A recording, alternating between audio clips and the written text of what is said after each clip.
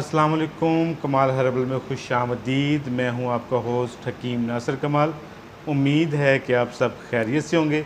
अगर आप चैनल पर नए हैं तो चैनल को सब्सक्राइब करें, बेल आइकॉन का बटन दबाएं ताकि तमाम हर्बल वीडियोस आपको आसानी से मिल सकें। आज हम बात करने जा रहे हैं पस सेल्स के बारे में। पस सेल्स स्पेशली जो सीमन्स में होती है, मादा मुनव्विया में होती है, जिसे पायोस्पर्मिया बोलते हैं। पायोस्पर्मिया जो है ये मौजूदा वक्त में एक कॉमन डिजीज़ बन चुकी है। वो तमाम ख़वातीन व हज़रात जो बेऔलाद हैं और उनमें जो वाइफ है, औरत है, खातून है, उसमें किसी किस्म का कोई मसला नहीं है।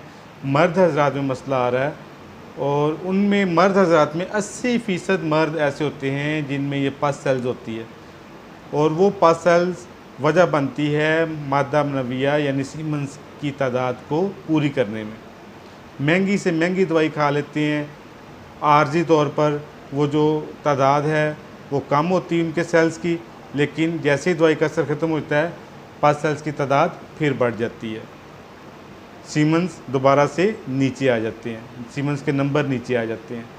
मैं आज आपके साथ एक सिंपल सा नुस्खा शेयर करूंगा जिसके इस्तेमाल से जो पस सेल है वो हमेशा के लिए ख़त्म हो जाएगी।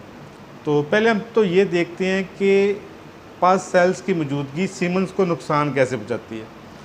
इसकी मिसाल आप ऐसे ही ले लें कि आप एक मछली पकड़ते हैं ताज़ा पानी से, दरिया के पानी से, जो सेहतमंद होती है, पूरी एक्टिव होती है, लेकिन उसको आप लाकर किसी गंदे नाले में केमिकल वाले गलीज़ पानी में छोड़ देते हैं तो नतीजा क्या निकलेगा? थोड़े अरसे के बाद, चंद घंटों बाद वो जो मछली है वो सुस्त होना शुरू हो जाएगी, उसको सांस लेने में प्रॉब्लम होगी या वो बीमार हो जाएगी और कुछ दिनों में, 2-3 दिनों में वो मछली मर जाएगी। वजह क्या थी कि उधर माहौल साफ़ सुथरा था, उसका इकोसिस्टम ठीक था जो उसको चाहिए था। इधर आके उसका इकोसिस्टम जो है वो डिस्टर्ब हो गया, माहौल ख़राब हो गया, आलूदा माहौल हो गया, जिसकी वजह से वो मछली मर गई। बिल्कुल इसी तरह होता है जब जो सीमन्स होते हैं उनका इकोसिस्टम ख़राब होता है, उनके इकोसिस्टम में पस सेल आ जाती है तो नतीजा क्या होता है? वो जो स्पर्म्स होते हैं वो मरना शुरू हो जाते हैं, स्लगिश हो जाते हैं, नॉन मोटाइल हो जाते हैं, मर जाते हैं, उनकी तादाद पूरी नहीं हो पाती। अब इसकी वजूहात होती हैं वो उसमें चोट लगना, सेक्सुअल डिजीज़ होती हैं, एक से दूसरे मियाँ से बीवी को, बीवी से मियाँ को। ऑटो इम्यून सिस्टम होता है। ऑटो इम्यून सिस्टम में क्या होता है कि अपने ही सिस्टम होता है वो अपने वाइट सेल्स जो होते हैं उनको ख़त्म करना, मारना शुरू कर देते हैं, जिसके नतीजे में जो वाइट सेल्स का फुजला होता है वो पस सेल की शक्ल में सामने आता है। या फिर वो लोग जो प्रोस्टेट ग्लैंड के इन्फेक्शन का होता है, यूरेथ्रा का इन्फेक्शन होता है, सोजिश होती है जिनको। इसके अलावा वो लोग भी शामिल हैं इस डिज़ीज़ में जो मनशियात का इस्तेमाल ज़्यादा करते हैं,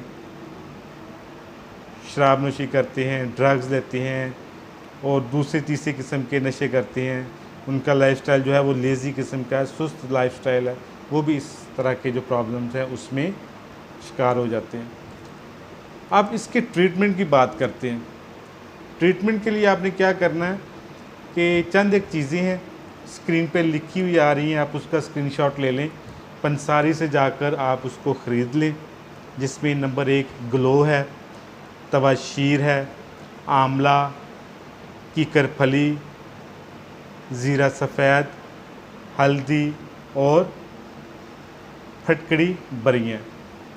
अब ये चीज़ें आपने बराबर मकदार में लेनी है, 50-50 ग्राम ले लें, एक छटाक ले लें ये चीज़ें। और जो फटकड़ी है इसकी मकदार आपने आधी लेनी है। इन तमाम चीज़ों का सफ़ूफ़ कर लेना है, पाउडर कर लेना है। और इसको इस्तेमाल कैसे करें? इसका इस्तेमाल भी इंतहाई आसान है कि आपने रात के वक्त इस सफ़ूफ़ के, इस पाउडर के 1 चम्मच को, तकरीबन वो उसकी जो मकदार है वो 12 ग्राम हो, यानी 1 तोला हो, आपने 1 कप गर्म पानी में भिगो देना है।